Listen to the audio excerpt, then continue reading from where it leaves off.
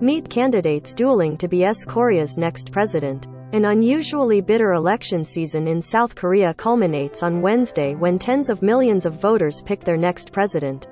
250. Seoul, South Korea. An unusually bitter election season in South Korea culminates on Wednesday when tens of millions of voters pick their next president.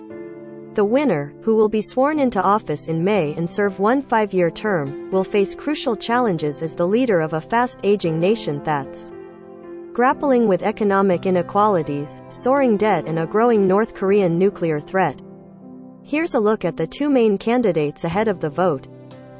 Lee Jae-myung. The ruling Democratic Party's hopes for producing back-to-back presidents lie with a firebrand former governor who promises universal basic income and engagement with rival North Korea.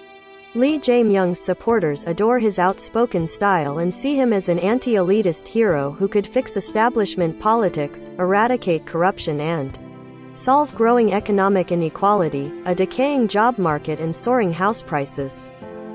To critics, the 57-year-old is a dangerous populist who relies on stoking division and demonizing his conservative opponents while failing to back his ambitious vows for welfare spending with realistic funding plans.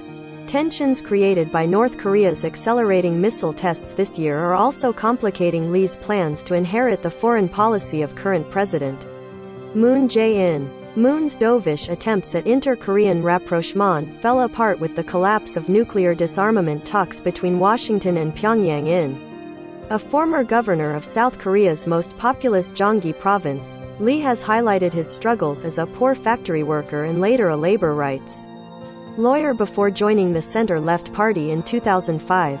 He has touted the social welfare programs and reforms he began while serving as mayor of Sungnam City from 2010 to 2018, and then as Gyeonggi governor between 2018 and 2021, which he says prepared him to root out unfairness, inequality and corruption.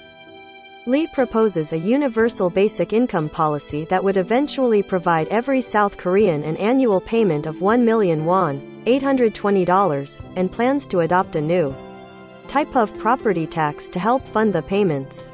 He also promises additional payments for young adults under 30, senior citizens in their 60s and older, and vulnerable groups like farmers, fishermen and artists. On foreign policy, Lee has vowed to continue Moon's conciliatory approach toward North Korea and questioned the effectiveness of US-led economic sanctions in pressuring Pyongyang to abandon its nuclear weapons program. On tensions between Washington and Beijing, Lee says South Korea should not be forced to choose between its treaty ally and largest trading partner, respectively. Lee has been dogged by controversy surrounding a recorded telephone conversation where he verbally abused his sister-in-law in 2012 over a family dispute.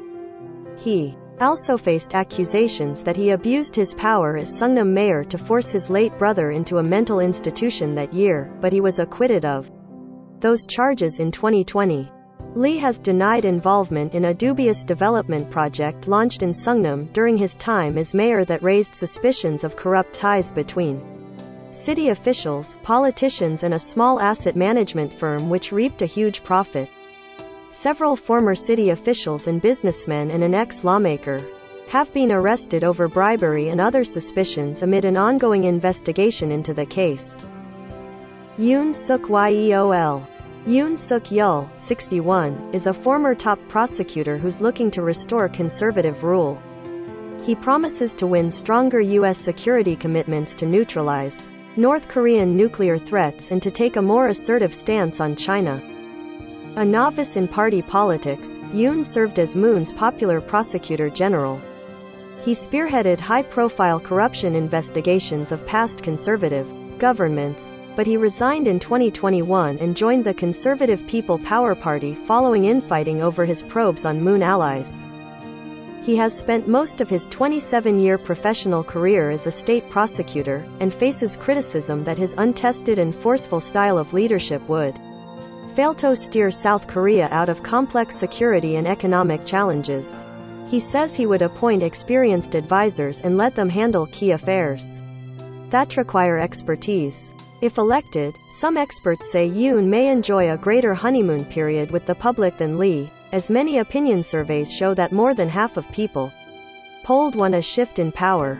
It's still unclear whether he could translate that into legislative reform steps because Lee's party still holds nearly 60% of seats in the 295-member parliament. Yoon has accused Moon's government of tilting toward North Korea and China, and says that undermines South Korea's decades-long alliance with the United. To cope with North Korea's nuclear advancements, Yoon has vowed to seek stronger, U.S. extended deterrence, a reference to Washington's ability to use military and nuclear forces to deter assaults on its allies. He said he would launch preemptive strikes on North Korea if it shows signs of imminent attack. Comments that Lee said were unnecessarily provoking to North Korea. Yoon also said he would provide more than 2.5 million housing units to suppress soaring housing prices, offer financial aid packages to small business ownership by pandemic restrictions, and drastically raise salaries for conscript soldiers. Yoon has built an image as a strong-minded, uncompromising prosecutor.